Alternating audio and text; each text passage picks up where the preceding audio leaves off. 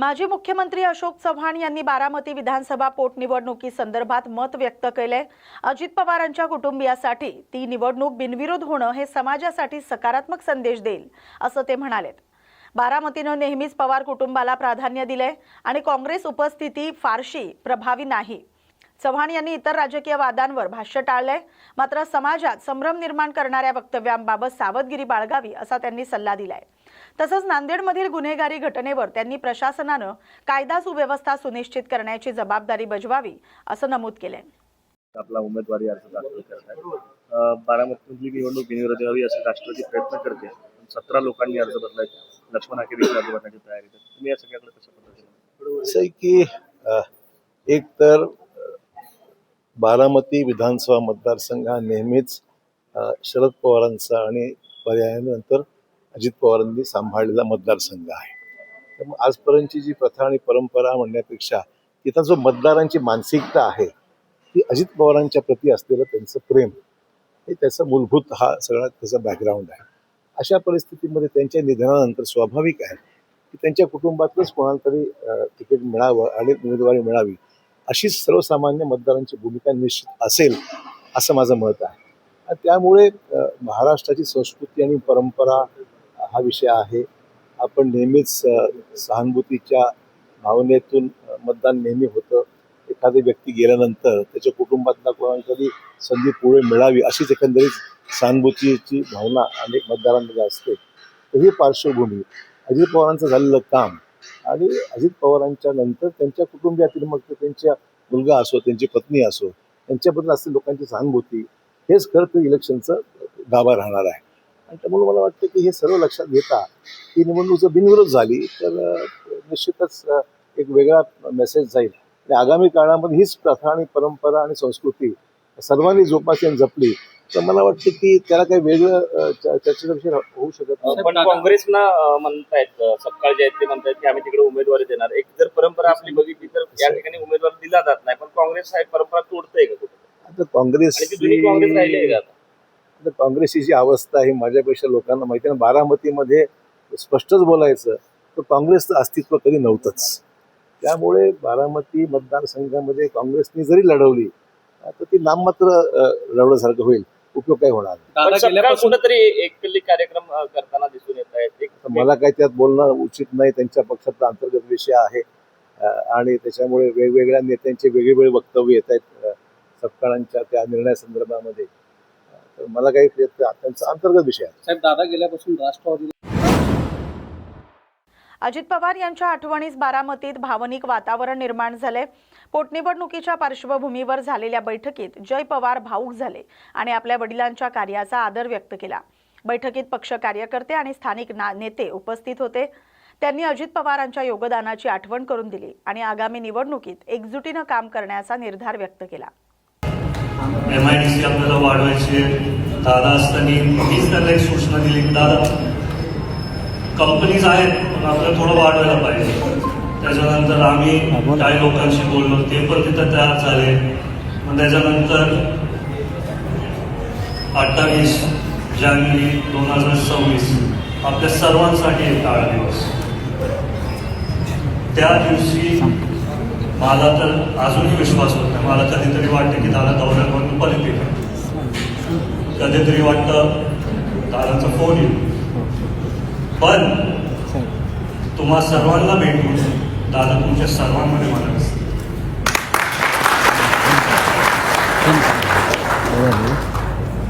मला त्या पत्रकारांनी विचारलं की तुम्ही पत्रकार परिषद घेणार होता त्याच्या संदर्भात काय झालं? मला तुम्हाला सांगायचं का तुम्ही माझ्या बरोबर आहे। CIDने माझं रक्त घेतलं, DNA चेक करायला। CID अधिकाऱ्यांसाठी बरोबर मी कायम संवाद साधला। ज्या दिवशी दुर्घटना झाली मी आपल्या DYSPला सांगितलं काहीही करून, सचिन पवार येते, सचिन पवारला मी सांगत होतो काहीही करून मला ते ब्लॅक बॉक्स दोन्ही पाहिजे। दोन्ही ब्लॅक बॉक्स मिळाले, दोन्ही ब्लॅक बॉक्सचे फोटो आपल्याकडे, पण कारवाई होऊ द्या, अहवाल येऊ द्या, पण नंतर एकदा पूर्ण बाहेर आल्यावरती आपण बोलू। त्यांना मी बोललो माझे काय मुद्दे होते ते होताना मी स्वतःही सांगितले, तर मी परत जाऊन तेच बोलायचं का? तर आपण पुढे गेलो, आपण नवीन मुद्दे मांडायला पाहिजे, खरे मुद्दे मांडायला पाहिजे। आता अपघात का घातपात मला माहिती नाही. ज्या लोकांनी तो व्हिडिओ बघितला त्यांच्या सगळ्यांच्या मनात शंका आहे, प्लेन असं होऊ शकत नाही, आपल्या सगळ्यांना माहिती आहे. तर त्याच्यात मी पण तो एक व्हिडिओ टाकला रोहित सिंगचा विमानात झोपलेला. तिथं पण मी लिहिलं की यांच्यावरती अटक करा, जोपर्यंत कुठली कारवाई होत नाही तोपर्यंत त्यांना अटक करून ठेवा. तुम्हाला माहिती आहे, जर एक बिल्डिंग पडली नाहीतर बिल्डिंग मधला स्लॅब पडला ते तिथल्या कामगारांना नाहीतर इंजिनियर नाही उचलत, डायरेक्ट मालकांना उचलतात. कुठल्या तरी रेस्टॉरंटमध्ये नाहीतर कुठेतरी आग लागली, तर आता गोव्यात काहीतरी झालं, ते 2 मालकांना लंडनमधून उचलून आणलं पोलिसांनी. मला कुठेतरी वाटतं नागपूर ते गोवा जोडणाऱ्या शक्तीपीठ महामार्गाचा सुधारित आराखडा जाहीर झाल्यानंतर सातारा जिल्ह्यात राजकीय आणि सामाजिक चर्चेला सुरुवात झाली. सुधारित आराखड्यानुसार हा महामार्ग माण आणि खटाव या तालुक्यातील 16 गावांमधून जाणार आहे, ज्यामुळे साताऱ्याचा पूर्व भाग कोकण आणि विदर्भाशी जोडला जाणार आहे. विकासाच्या दृष्टीने हा मार्ग महत्त्वाचा असला तरी भूसंपादन आणि शेतीवर होणाऱ्या परिणामांमुळे काही शेतकऱ्यांकडून विरोधाची शक्यता व्यक्त केली जाते. राष्ट्रवादी काँग्रेसचे शशिकांत शिंदे स्थानिक हिताचा विचार करण्यासाठी विरोध दर्शवत आहेत, तर जयकुमार गोरे आणि शिवेंद्रराजे भोसले महामार्गाला विकासाची संधी म्हणून पाहण्याचे पक्षाधार आहेत. संघटन सृजन अभियानाचे समन्वयक अब्दुल हनान यांनी ही माहिती दिली. आता कॅबिनेटमध्ये चर्चा झाली होती, त्या पाठीमागे झाली होती, कॅबिनेटमध्ये चर्चा झाली होती. कदाचित ते कॅबिनेटचा मध्ये त्याने ऐकलं नसेल किंवा त्यांना समजलं नसेल विषय. कॅबिनेटची मान्यता मागच्या 2 महिन्यापूर्वी 1.5 महिन्यापूर्वीच मिळालेली आहे. शक्तीपीठ महामार्ग हा सातारा जिल्ह्यातनं खास करून माण खटाव तालुक्यातनं नेण्याचा निर्णय मुख्यमंत्री मोदयांनी घेतला आहे. जेव्हा शक्तीपीठ महामार्गाचं जुनं अलाइनमेंट होतं तेव्हा त्या ठिकाणी नागपूर गोवा मार्ग होता आणि त्याला लागूनच तो रोड चालला होता. त्यामुळे सहज एकदा विमानात बसल्या साहेबांशी चर्चा केली. साहेब, ज्या ठिकाणी दळणवळणाची साधनं आहेत त्या ठिकाणी आपण पुन्हा करतोय नव्याने, आपण या भागातनं गेला तर शिखर शिंगणापूर जोडलं जाईल, गोंदवलेकर महाराजांचं देवस्थान जोडलं जाईल. जो उद्देश आहे शक्तीपीठ महामार्गाचा तोही पूर्ण होईल आणि एका मागासलेल्या दुष्काळी भागातून हा रोड जाईल, तेव्हा त्या भागाचा विकास होईल. आणि माननीय मुख्यमंत्री मोदयांनी त्याला बळ दिलं आणि आमच्या पाठीशी उभं राहून शक्तीपीठ महामार्ग या जिल्ह्यात आणि उलट म्हणजे भाऊंनी सांगितलं, उलट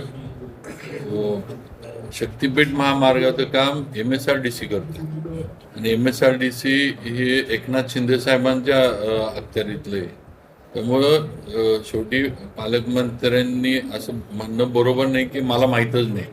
तर शिंदे साहेबांच्याच विभागाकडनं शक्तीपीठ महामार्गाचं काम हो खरं आहे, MSRDC कडनं हे काम होतं आहे आणि MSRDC सगळ्या शक्तीपीठ महामार्गाचं अलाइनमेंट आणि हे होतं आहे. त्यामुळं चुकीचं माहिती जाऊ नये. छत्रपती संभाजीनगर जिल्ह्यातून मोठी बातमी समोर येते. बाळराजे आवारे पाटील यांना ग्रामीण पोलिसांनी ताब्यात घेतलंय. सोलापूर जिल्ह्यातील अंजनगाव इथं जाण्याचा इशारा दिल्यानंतर पोलिसांनी ही कारवाई केली. कुंभेफळ येथील त्यांच्या राहत्या घरातून पोलिसांनी त्यांना ताब्यात घेतलंय. सोलापूरच्या अंजनगावात छत्रपती शिवाजी महाराजांचा पुतळा बसवण्यासाठी मदत करणारे बाळराजे आवारे पाटील यांना छत्रपती संभाजीनगर ग्रामीण पोलिसांनी ताब्यात घेतलंय. अंजनगावकडे हजारोंच्या संख्येने जाणार असल्याचा इशारा त्यांनी दिला होता आणि याच पार्श्वभूमीवर पोलीस प्रशासन सतर्क झालं होतं. वडीगोद्री आणि महाकाळा परिसरात सकाळपासूनच कडेकोट बंदोबस्त तैनात करण्यात आला होता. मात्र आवारे पाटील यांना ताब्यात घेतल्यानंतर या भागातील पोलीस बंदोबस्त हटवण्यात आलेला आहे. या बातमीसोबतच महत्त्वाच्या बातम्यांमध्ये इथेच थांबतोय. अशाच महत्त्वाच्या बातम्यांसाठी पाहत राहा न्यूज मराठी 24/7. नवा भारत, नवा विचार.